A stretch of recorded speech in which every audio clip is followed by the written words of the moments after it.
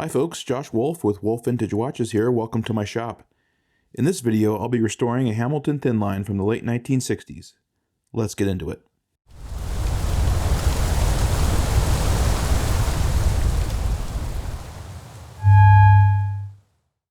Stick around till the end of the video where I link you to my review of the completed watch. Okay, let's get on with the disassembly. This watch has a one-piece stainless steel case, so the dial and movement are removed through the front. In order to do this, I have to first remove the acrylic crystal using a crystal lift. One-piece cased watches come with two-piece stems. To remove the stem, I pull the crown until the male and female halves separate. This is always a little nerve-wracking for me. Here's a good look of the male half of the stem and the crown. I push the female half of the stem in so that it will clear the case when I remove the movement. Now I can remove the handset. Using a bit of plastic to protect the dial, I lift the hands off the dial with hand levers. I can gently coax the dial and movement from the case with a little tap. Out comes the movement ring. If you're into vintage watches, please consider subscribing. And if you enjoy this video, please click the like button. After loosening the dial feet screws, sometimes the dial doesn't want to separate from the movement, so a little persuasion is necessary. Before moving any further, I try to remember to tighten the dial feet screws.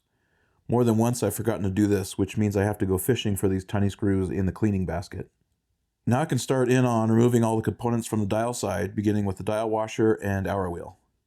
There was some debris between the canyon pinion and the hour wheel, making removal a little difficult here. Here I'm removing the setting lever spring, which is held in place by two screws. The minute wheel and setting wheel can be removed now.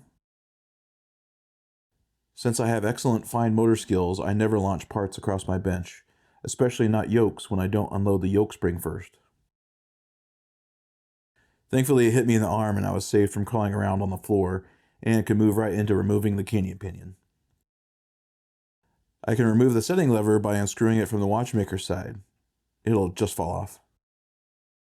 Here I am removing the female half of the split stem, as well as the winding pinion and clutch wheel. I like to make sure that the mainspring is completely let down to prevent any damage or loud, scary noises as I remove the ratchet wheel. The crown wheel is secured by a reverse threaded screw, which I have to remind myself of more often than I'm comfortable with. On this movement, there is a crown wheel ring that I need to remember to remove. Now I remove the click and the click spring. This is an excellent demonstration of why I use a pick or peg wood to protect springs from flying away.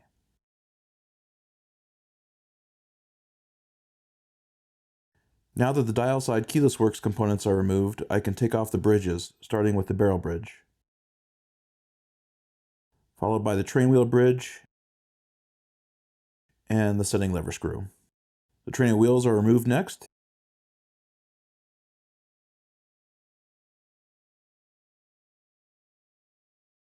As is the barrel. The 686 movement is based on the Schild caliber 1200 and has shock protected jewels. To remove the jewel setting, I rotate the shock, being careful not to bend it. I secure the shock back into place to prevent any damage during cleaning. Next to come off is the balance cock and the balance. I clean these parts separately from the rest of the watch in the solvent called One Dip. You'll also see watchmakers clean this assembly in situ. The final two components to come off the pillar plate are the pallet cock and pallet fork. I can gently pry the pallet cock off the alignment pins, being careful not to damage the pivot of the pallet fork. To remove the mainspring, I push the arbor against a steel block.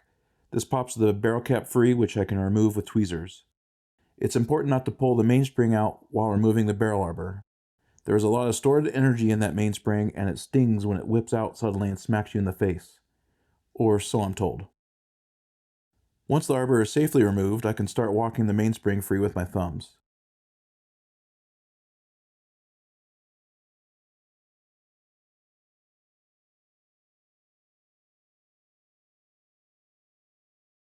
And to speed things along, I can increase my speed to 300% of normal.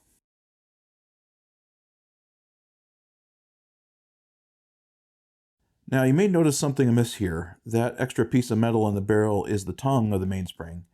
Not surprisingly, this should still be attached to the mainspring. I dug through my parts and thankfully found the correct new old stock Hamilton mainspring. Here you can see what the tongue end of the mainspring should look like.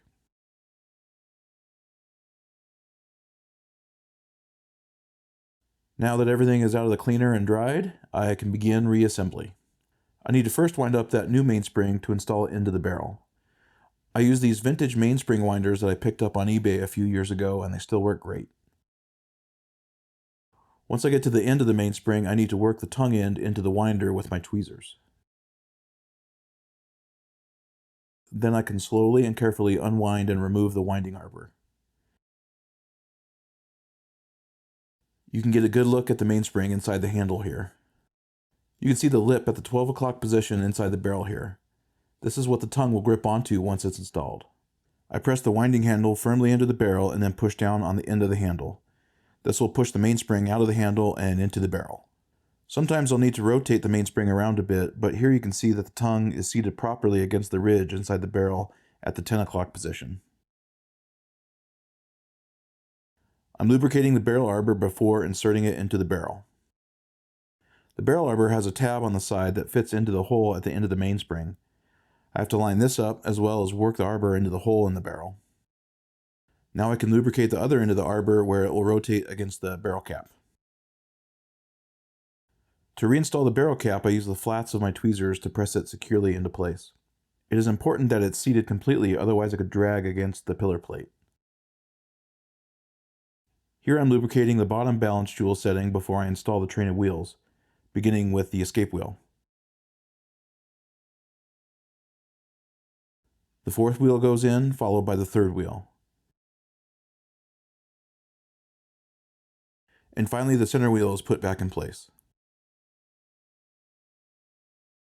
Of course, don't forget to get the setting lever screw installed before moving on to the bridges. The first bridge up is the train wheel bridge. Installing a train wheel bridge is usually the procedure that requires the most patience, since I have to line up the 4 pivots as well as the alignment posts. It's critical not to rush this or to get frustrated if things aren't falling into place right away. The pivots of the wheels are extremely small and can be damaged easily. I just take my time lining up the pivots one by one, ending with the escape wheel. As I move along, I apply very light pressure to the bridge. I can feel through the resistance where I might be hung up, then use my tweezers to make small adjustments. I test for free movement of the entire train frequently as well, and certainly before tightening down the screws.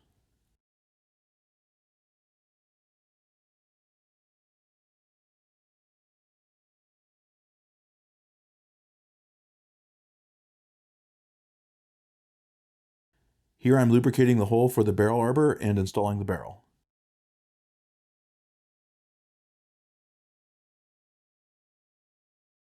Now I can reinstall the barrel bridge, which is held in place by 3 screws.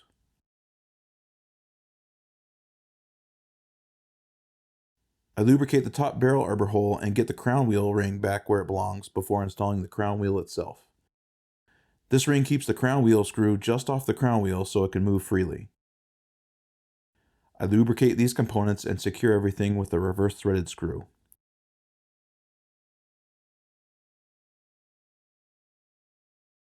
Now for the click spring and the click. I'll need to hold the end of the click spring out of the way with a second pair of tweezers to make room for the click. I have to be careful here not to send the spring or click flying.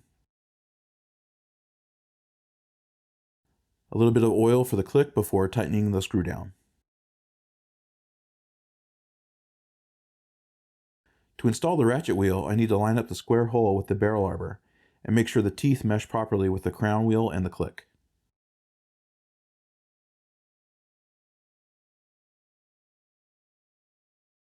I use a pick to hold the ratchet wheel steady while I tighten the screw. Now I can finish up the watchmaker's side of the movement by installing the rest of the escapement. In goes the pallet fork, taking care to line up the bottom pivot and keeping the pallet stones on the same plane as the escape wheel.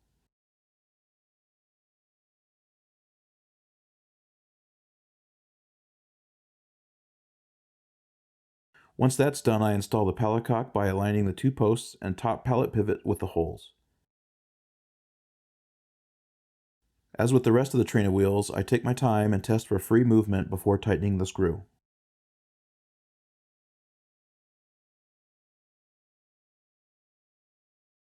Here I am putting a little wind into the mainspring so I can test that power is making its way through the entire gear train.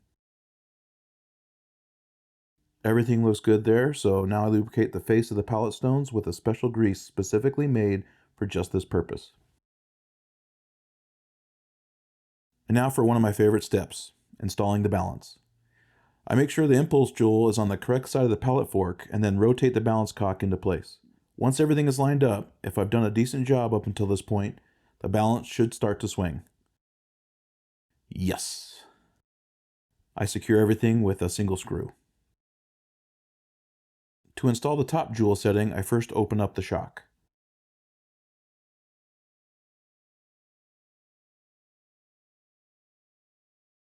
I clean the 2 parts of the setting separately, and here I'm applying a bit of oil onto the end stone.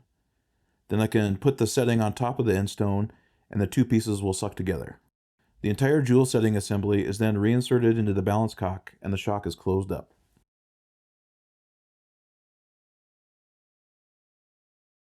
The last step for the watchmaker side is to lubricate all the pivots.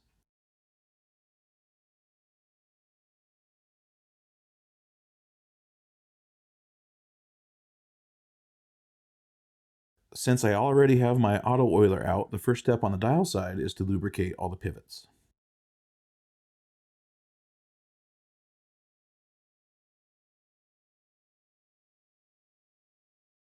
Here I put the setting lever into place.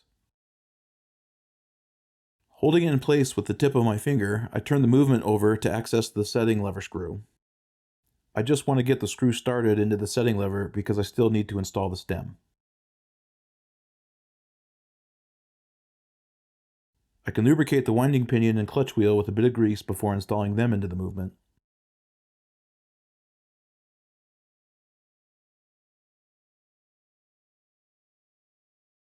Here's a good look at the female half of the split stem. I use the same grease to lubricate the stem before inserting it back into the watch. At this point, I can screw down the setting lever completely since the stem is in. Even though this watch has a 1-piece case, because it has a 2-piece stem, I'll still be able to case up the movement with the stem in place. Here I'm adding grease to the groove where the yoke will ride on the clutch wheel, and a bit of lubrication for the yoke post. The yoke on this movement goes under the pillar plate as well as onto the post. It also has to be seated into the clutch properly, so there can be a bit of maneuvering here.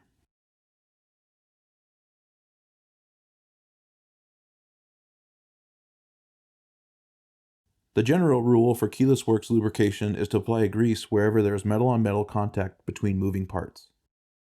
Here I'm making sure that there is grease between the setting lever and yoke and cleaning up any extra with a piece of Rodico. Now I can get the yoke spring loaded up and in place. You'll notice I didn't send the yoke into orbit during reassembly, which deserves a click of the like button, I think. Switching to a lighter oil, I lubricate the minute and setting wheel posts, as well as the arbor of the center wheel where the canyon pinion will go. I install the setting wheel and press the canyon pinion into place with my tweezers. And I can drop the minute wheel back in.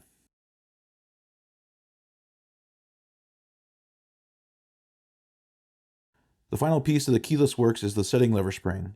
This part keeps all the other components in place as well as creates the 2 positions of the crown and stem. Preparing to install the dial, I loosen the dial feet screws back out. The arrow wheel is put in place and the dial washer is the final component to go back on the dial side.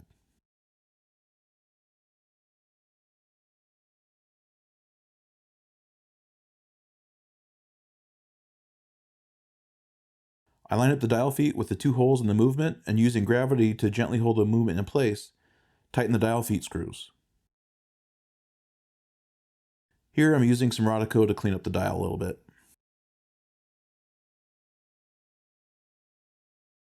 Okay, you can see I have some work to do on this case.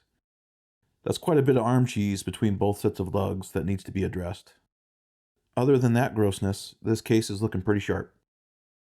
A few rounds in the ultrasonic jewelry cleaner and some special attention with pegwood, this case is now free from DNA. I also gave the entire case a hand polish to shine it up. Now the movement ring can go back into the case. I install the movement at a bit of an angle to make sure the stem aligns with the movement ring and the case tube. Then I make sure it's seated fully inside the ring. To reinstall the crown and stem, I line up the male half with the female half and firmly press them together. The handset can now be installed. Since there is no date to worry about, I just get the hour hand pressed onto the hour wheel. After I check for dial clearance, I line the hour hand up to the 12 o'clock position. I install the minute hand directly in line with the hour hand. I press the hand into place, then check again for clearance between both hands, as well as between the minute hand and the markers. The sub-seconds hand is fitted onto the extended pivot of the fourth wheel at the 6 o'clock position. Before I reinstall the crystal, I will regulate the watch. Plus 1 or 2 seconds per day, excellent amplitude, and a 0.2 millisecond beat error. That'll work. To reinstall the crystal, I use the crystal lift again to squeeze the crystal so it will fit into the case. Once it is seated, I loosen the tension of the lift and the crystal expands, pressing itself against the sides of the case. This tension keeps the crystal in place without the need for any adhesive. To check out my review of the completed watch, click on the video on the left. To feed the YouTube algorithm, click the video on the right. As always, thank you very much for watching. To support me and my channel, please remember to subscribe, like, and share, and leave your comments and questions below. See you next time. Bye.